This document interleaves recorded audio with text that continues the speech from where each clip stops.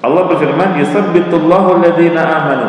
Allah akan mengokohkan orang-orang yang beriman. Itu disebut. Jadi akan diberikan kemudahan dalam menjawab hanyalah orang-orang yang hatinya beriman, ya. Dan amalan anggota badannya mengerjakan amal saleh. Ya. Jadi ini orang-orang yang beriman, orang-orang yang menunaikan kewajiban-kewajiban yang Allah wajibkan padanya. Berupa keimanan yang sempurna di dalam hatinya, dan dia juga tidak hanya meyakini keimanan dalam hati, tapi dia mengerjakan amalan saleh dengan anggota badan. Yang seperti inilah yang akan Allah kokohkan, Allah akan teguhkan, Allah akan berikan kemudahan fil hayati dunia, di kehidupan dunia, wa fil akhirah, dan di kehidupan akhirat. Jadi ada dua. Di kehidupan dunia Allah akan memberikan keteguhan kepada mereka ketika terpaan syubhat melanda mereka, apalagi di zaman sekarang banyak syubhat yang dilontarkan ahlul bid'ah, orang-orang yang menyimpang, ya. Allah akan memberikan hidayah kepada mereka sehingga mereka tetap yakin di atas al-haq, tidak tergoyahkan dengan syubhat yang menerpanya tadi. Itu yang dimaksud di kehidupan dunia. Begitu juga ketika hembusan syahwat.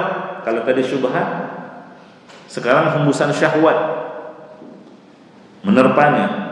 Allah pun akan memberikan karunia kepada hamba tersebut dengan kekuatan tekad, sehingga hamba itu tetap akan mendahulukan apa yang dicintai oleh Allah daripada mengikuti dorongan hawa nafsu dan keinginan dirinya. Itu yutsabbitullahu alladziina aamanu bil qawli tsabit fil hayatid dunya wa fil akhirah. Dan di akhirat, bagaimana cara Allah meneguhkan orang yang beriman di akhirat? Maksudnya adalah pada saat sakaratul maut, Allah akan teguhkan sehingga dia mampu mengucapkan kalimat tauhid, la ilaha illallah. Sekalipun mungkin gak ada yang menalkin dia, tapi karena dia sudah terbiasa berzikir dengan kalimat tauhid, Allah akan kokohkan lisannya mengucapkan kalimat la ilaha illallah. Karena apa? Itu tanda husnul khatimah. Man kana akhiru kalamihi la ilaha illallah dakhala al-jannah. Barang siapa yang akhir dari kehidupannya di dunia adalah ucapan la ilaha illallah, pasti masuk surga. Siapa yang menjamin kita di saat mengakhiri kehidupan mampu mengucapkan kalimat ini? Nah, di sini Allah akan kokohkan orang yang beriman dan beramal saleh. Bahkan mereka akan mengucapkan kalimat-kalimat yang baik sebelum meninggal dunia. Kalimat-kalimat thayyibah, jauh dari kalimat-kalimat yang dimurkai oleh Allah. Nah, itu caranya Allah meneguhkan dia di akhirat, jadi menjelang kematiannya. Wa fil qabri inda su'alil malakain, dan ketika berada di alam kubur Allah juga akan memberikan keteguhan kepadanya dengan cara apa? Allah berikan kemudahan kepadanya dalam menjawab pertanyaan mungkar nakir dengan jawaban yang benar. Siapa Rabbmu? Dengan mantap dia akan menjawab, Allahu Rabbi. Apa agamamu? Dengan mantap dia akan menjawab, agamaku Islam. Siapa nabimu? Nabiku Nabi Muhammad sallallahu alaihi wasallam. Adapun orang-orang kafir, Nabi sebutkan dalam hadis, enggak bisa jawab. Di alam kubur enggak bisa jawab. Orang munafik pun enggak bisa jawab. Padahal waktu di dunia mereka tahu jawabannya. Coba tanya sekarang orang-orang kafir yang masih hidup.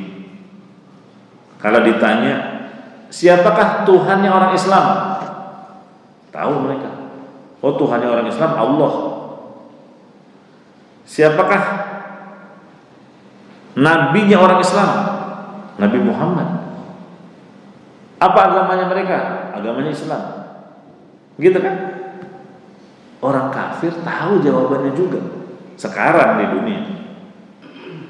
Tapi ketika di alam kubur mereka dibuat lupa oleh Allah Subhanahu wa taala. Nggak bisa jawab.